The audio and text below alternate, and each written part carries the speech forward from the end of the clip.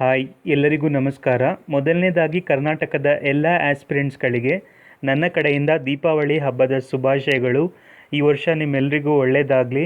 ಹಾಗೆ ಈ ವರ್ಷ ನಿಮಗೆ ನೀವು ಬಯಸಿರುವಂತಹ ಕೆಲಸ ಸಿಗಲಿ ಅಂತ ನಾನು ನಿಮ್ಮಲ್ಲಿ ಕೇಳ್ಕೊಳ್ತೀನಿ. ಜಾಬ್ ಆಸ್ಪಿರೆಂಟ್ಸ್ಗಳು ಯಾವ ಹಬ್ಬಕ್ಕೂ ಮನೆಗಳಿಗೂ ಹೋಗದೆ ಯಾವಾಗಲೂ ಸ್ಟಡಿ ಬಗ್ಗೆನೇ ಫೋಕಸ್ ಮಾಡ್ತಾ ಇರ್ತಾರೆ. ಇದಕ್ಕೆ ನಾನು ನಿನ್ನೆ ಒಂದು ಎಕ್ಸಾಂಪಲ್ ನೋಡಿದೆ.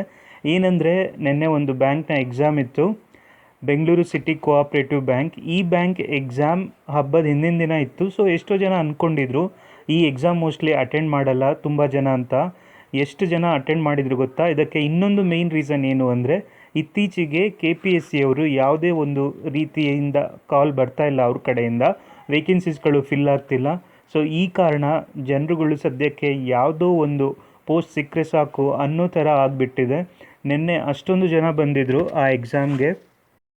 ಕಾಲ್ ಮಾಡ್ತೀವಿ ಅಂತ ಹೇಳ್ತಾರೆ, but day by day delay ಆಗ್ತಾನೆ ಹೋಗ್ತಿದೆ. ಇನ್ನು ಇವರು ಯಾವಾಗ ನೋಟಿಫಿಕೇಷನನ್ನು ಬಿಟ್ಟು ಎಕ್ಸಾಮನ್ನು ಕಂಡಕ್ಟ್ ಮಾಡ್ತಾರೋ, ಹಾಗೆ ಎಕ್ಸಾಮ್ ಆಗಿರುವಂಥದ್ದು ಇನ್ನು ರಿಸಲ್ಟ್ ಯಾವಾಗ ಬಿಡ್ತಾರೋ ಗೊತ್ತಿಲ್ಲ.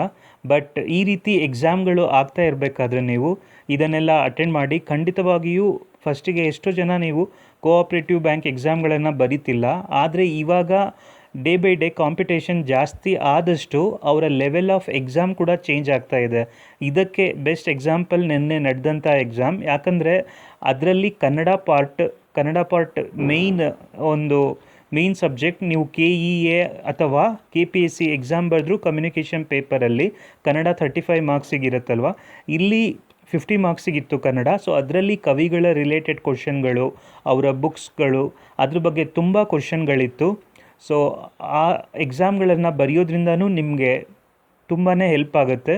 ನೀವು ಇನ್ನು ಮುಂದೆ ಆ ರೀತಿ ಎಕ್ಸಾಮ್ಗಳು ಬಂದರೆ ಮಿಸ್ ಮಾಡೋಕ್ಕೆ ಹೋಗಬೇಡಿ. ಒಂದು ಕಡೆ ಸೆಟ್ಲಾಗಿ ಒಂದು ಎಕ್ಸಾಮನ್ನು ಬರೆದು ನೆಕ್ಸ್ಟ್ ನೀವು ಮುಂದೆ ಬೇರೆ ಬೇರೆ ಕೆಲಸಕ್ಕೆ ನೀವು ಅಪ್ಲೈ ಮಾಡ್ತಿರ್ಬೋದು.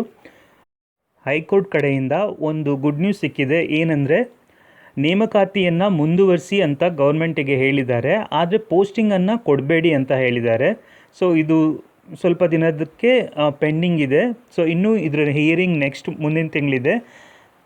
ಒಟ್ಟಿನಲ್ಲಿ KPSC ಅವರಿಗೆ ಎಕ್ಸಾಮ್ ಕಂಡಕ್ಟ್ ಮಾಡೋದಕ್ಕೆ ಸಾಲು ಈ ರೀತಿ ಒಂದಲ್ಲ ಒಂದು ಜಡ್ಜ್ಮೆಂಟ್ಗಳು ಬರ್ತಾ ಇದೆ, ಬಟ್ ಅವರು ಎಚ್ಚೆತ್ಕೊಂಡಿಲ್ಲ ಇನ್ನೂ. ಬಟ್ KEA ಅವ್ರ ಕಡೆಯಿಂದ ನೋಟಿಫಿಕೇಷನನ್ನು ಕೂಡ ಬಿಟ್ಟರು. ಹಾಗೆ ಅವರು ಎಕ್ಸಾಮ್ಗಳಿಗೆ ತಯಾರಿ ಕೂಡ ಮಾಡ್ತಾ ಇದ್ದಾರೆ. ಎಕ್ಸಾಮ್ ನಡೀತಿಲ್ಲ ಅಂತ ಆಸ್ಪಿರೆಂಟ್ಸ್ಗಳು ಯಾವತ್ತೂ ಓದೋದನ್ನು ನಿಲ್ಲಿಸಬಾರ್ದು. ಯಾಕಂದರೆ ಡೇ ಬೈ ಡೇ ನಡೀತಿರುವಂಥ ಈವೆಂಟ್ಸ್ಗಳೇ ಎಕ್ಸಾಮಲ್ಲಿ ಬರುವಂಥದ್ದು. ನೀವು ಒಂದು ಸಲ ಓದೋದನ್ನು ಸ್ಟಾಪ್ ಮಾಡಿಬಿಟ್ರೆ ಅದು ನಿಮ್ಮನ್ನು ತುಂಬ ಮೈಂಡ್ ಡಿಸ್ಟ್ರ್ಯಾಕ್ಟ್ ಮಾಡುತ್ತೆ. ಹಾಗೆ ಇನ್ನೂ ಆ ಕನ್ಸಿಸ್ಟೆನ್ಸಿಯನ್ನು ಮೇಂಟೈನ್ ಮಾಡೋದಕ್ಕೆ ತುಂಬ ಟೈಮ್ ಬೇಕಾಗುತ್ತೆ. ನೀವು ಯಾವಾಗಲೂ ರೆಗ್ಯುಲರ್ ಆಗಿ ನಿಮ್ಮ ಕನ್ಸಿಸ್ಟೆಂಟ್ ಎಫರ್ಟನ್ನು ಹಾಕಿ, ನಿಮಗೆ ಖಂಡಿತವಾಗಿಯೂ ಒಳ್ಳೆಯದಾಗುತ್ತೆ. ಈ ವಿಡಿಯೋದಲ್ಲಿ ನಾನು ಏನು ಹೇಳ್ತೀನಿ ಅಂದರೆ, ಎಕ್ಸಾಮ್ ಯಾವಾಗಾದರೂ ಮಾಡಲಿ ನೀವು ಪ್ರಿಪೇರ್ ಆಗಿರಬೇಕು. ಯಾವ ಎಕ್ಸಾಮ್ ಕೊಟ್ಟರೂ ನೀವು ಪ್ರಿಪೇರ್ ಆಗಬೇಕು ಅನ್ನೋ ರೀತಿಯಲ್ಲಿ ಓದಿ ಅಂತ ಹೇಳ್ತೀನಿ. Once again I wish you all very happy Diwali. ನನ್ನ ವಿಡಿಯೋಗಳು ಇಷ್ಟ ಆದರೆ ಈ ವಿಡಿಯೋಗೆ ಒಂದು ಲೈಕ್ ಕೊಡಿ, ಹಾಗೆ ಈ ಚಾನಲನ್ನು ಸಬ್ಸ್ಕ್ರೈಬ್ ಮಾಡಿ. ಎಲ್ಲರಿಗೂ ಧನ್ಯವಾದಗಳು.